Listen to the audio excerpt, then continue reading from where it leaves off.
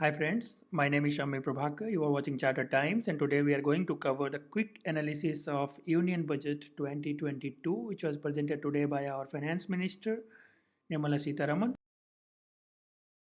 How we get the rupee in our system, and that majority of this comes from borrowings and other liabilities. And the second biggest contributor is GST, and third one is of course income tax, which we all know. So these are the three major contributors for our inflow. Cash outflow goes, of course, in interest payment because we have huge liabilities, we have huge borrowings, which contributes 35% of your overall inflow. So then interest is significantly higher, of course, at 20% of the total outflows. And the second biggest outflow comes where we spend the rupees for the nation is going in lot of central sponsored schemes and central sectorial schemes, and then of course last share goes to the states. As one financial highlights we have got in today's budget, which includes one of the major promise of 25,000 kilometer national highway network we are going to build within a year 22-23. There are 400 new generation Vande Bharat trains which are going to get introduced. It will be manufactured within India and then deployed in next 1 year. That's a great move. Then there will be a lot of high-tech services like Kisan drones and all other digital services which will be introduced to the farmers in specifically in public and private partnership model. We'll have one dedicated TV channel for each class, and now eventually in different languages. So it will extend total number of educational TV channels to 200 from 12 in today's date.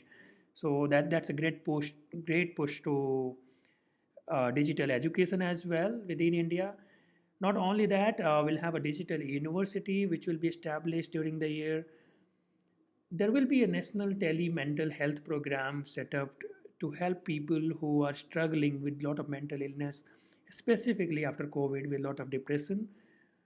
100% of the post offices, again, it's a digital move to has to come on core banking system wherein they will get net banking kind of system implemented for the customers. They will have ATMs card issued. They will be working directly like a bank, in that scenario. So that's a great move all over again. Then we'll have surety bonds getting accepted in the government procurement. Still now you have to give the bank guarantees only. Now it can be replaced by surety bonds, which will be issued by RDIA under new policy. Battery swapping policy has got approved for electric vehicles, which is a great move for adaptability of electric vehicles within India when our infrastructure is not enough, not sufficient to provide enough charging stations. This will be a great contributor for adaptability of electric vehicles and green energy. Now, introduction of digital rupee. This is something very controversial as well as very much predicted. RBI is now officially coming with digital rupee within a year, like on crypto based on their blockchain technology and other technologies. Green bonds will be issued for green infrastructure to get the resources for green infrastructure. Separate kind of bonds has to be issued by the government. Another digital move in terms of e-passport, a chip-based passport will be launched in 22-23 itself, which will enable the traveling ease, as well as there's a lot of focus on encouraging states for adoption of a unique land registration identification number, which will help us to unify or bring uniformity in states' regulations. People were curious to understand what is there for salaried class in today's budget. So they were stick to the TV since morning, and they were just desperately waiting for the tax session when finance minister talks about the tax changes, tax amendments, and but unfortunately, once again, there is nothing for the salaried class, nothing at all. Absolutely, there is no changes. So nothing right, nothing wrong, no deletions, no additions. And for the direct tax, one of the big change is now you are allowed to file updated ITR within 2 years from end of the relevant assessment year for making corrections in the error you have reported in original return. The people who are facing disability, people with disability will get an additional benefit wherein their parents can get annuity payment when they attain the age of 60. So even the parent attain the age of 60 itself, they can get the annuity payment. Earlier it was only allowed in case of death. So that's a great move for people who are disabled. Another change which government has made, which government has announced today, is extending the period of incorporation. This is again extension of the existing scheme which was there, which was expiring on 2022 March. They have extended till 23, and they allowed you to set up a startup and avail the tax benefits. Still, if you set up it till 31st March 2023. The other change which they have brought in for cooperative societies specifically, they have reduced the alternate minimum tax (AMT) and the related surcharge on such income, such tax. So the AMT, which used to be 18.5%, it has been reduced now to 15%. The surcharge on income between 1 crore to 10 crore has been reduced now to 7%, which used to be 12% earlier.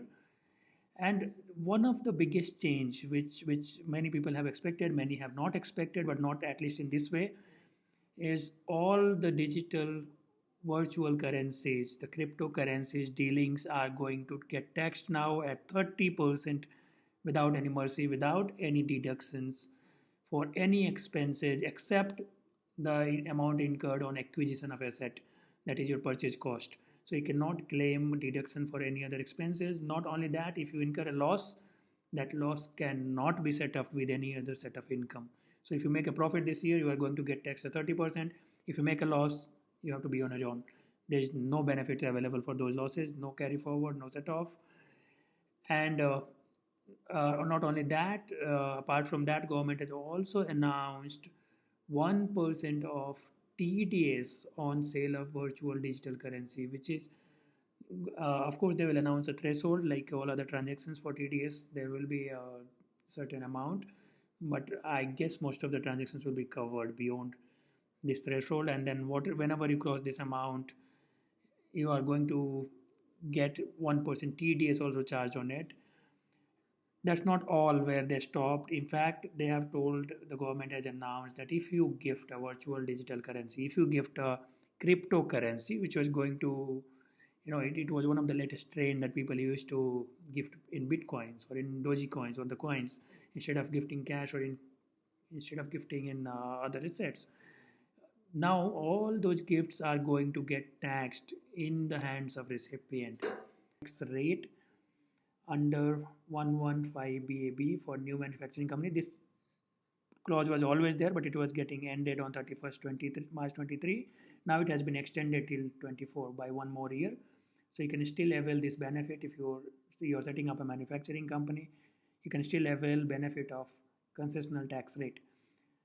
This is one of the change you can count for employees, but I'm not sure how many employees can get benefit out of it. So this is NPS deduction. Government has just brought the NPS deduction rules for state government at par with the central government employees.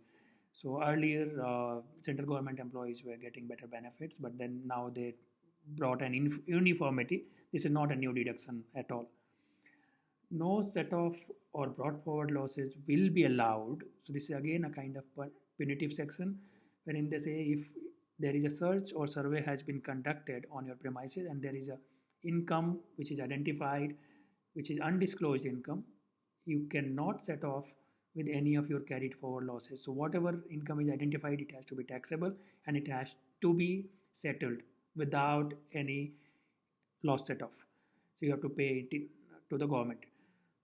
Another change which they brought in, this is not a change, this is more of a clarification. There are a lot of cases in the courts and there are a lot of pronouncements about it. So they just made the air clear by announcing that income tax, surcharges, education cess, so whatever you pay in name of tax and cess, they are all not eligible expenses for deductions. You can't claim that as a business expense. They are not expense.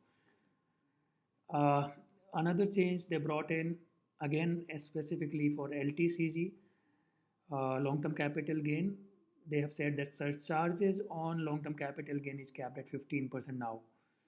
It will only help investors to an extent wherein it will reduce the tax for angel investor, for example, from 28.5% effectively as on date to 23%. It is going to help very, very few people, but of course it's a welcome change.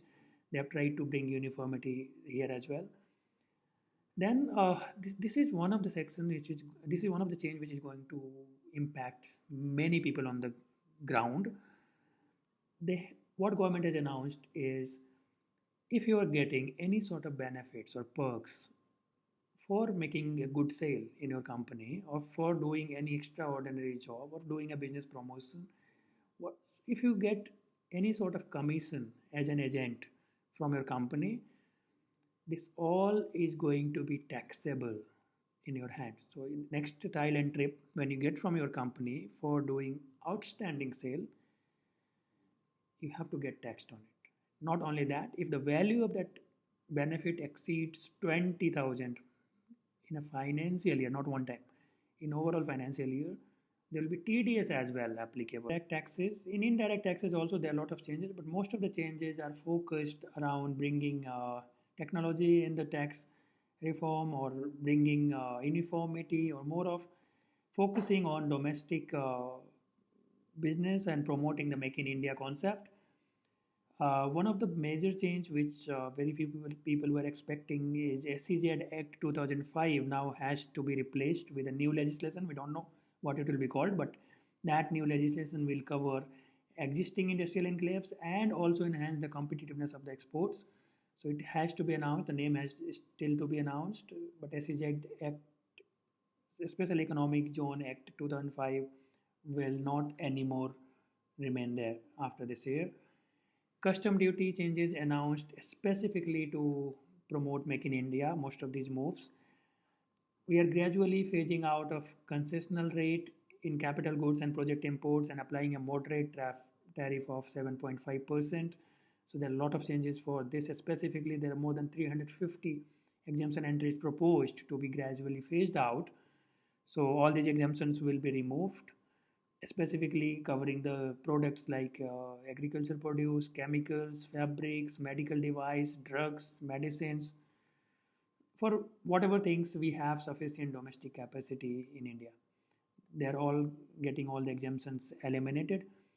Custom duty on certain diamonds and gemstones have been reduced, and in certain cases it has been removed as well to boost gems and jewelry sector. Custom duty on umbrellas being raised. So this is going to impact the MSMEs specifically, being raised to 20% now. Exemptions to part of umbrella also has got withdrawn. So now this will directly impact MSMEs. Duty on certain critical chemicals like methanol, acetic acids, and heavy feedstock for petroleum refining is getting reduced. However, duty is being raised on sodium cyanide because we have enough capacity in India. Similarly, there are a lot of reductions we have made on steel scrap, specifically on a lot of steels production as well. The CVD has been removed, and then custom duty has been slashed to ensure that the burden which has got created on the industry now can be eased to an extent. GST, there are a lot of changes in GST as well, wherein time limit to avail ITC under Section 16(4) has been extended till 30th November. So a lot of timelines which were ending on 30th September, it has got extended now till 30th November. Similarly, composition taxpayers registration can be cancelled suo moto. You don't need to apply for it if GSTR 4 return beyond is not filed for 3 months. So if you fail to file it, your registration will get cancelled automatically. Credit notes in respect of supply made in financial year can be now issued by 30th November. Again, it was 30th September. It has been changed to 30th November now. Any rectification of error in GSTR 1 or 3B is now permitted till 30th November. Again, from 30th September, it has changed to 30th November. The due date for filing return by non-resident taxable person is prescribed as 13th day of next month. Section 47 of the CGST Act is being amended as to provide for levy of late fees for delayed filing of TCS returns. In CGST, it was not there. Now it has been officially introduced. Amendment in utilizing the amount available in the electronic credit ledger. There are a lot of amendments have been made wherein the electronic credit ledger has to be utilized in certain manners. So there are a lot of changes related, procedural changes related to returns, related to the deadline, related to the credit ledgers.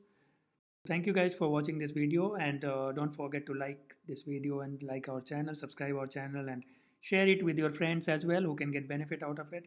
If there is any feedback, any queries, you can feel free to put in the comment box or you can write us on the email ID. Thank you so much for your time.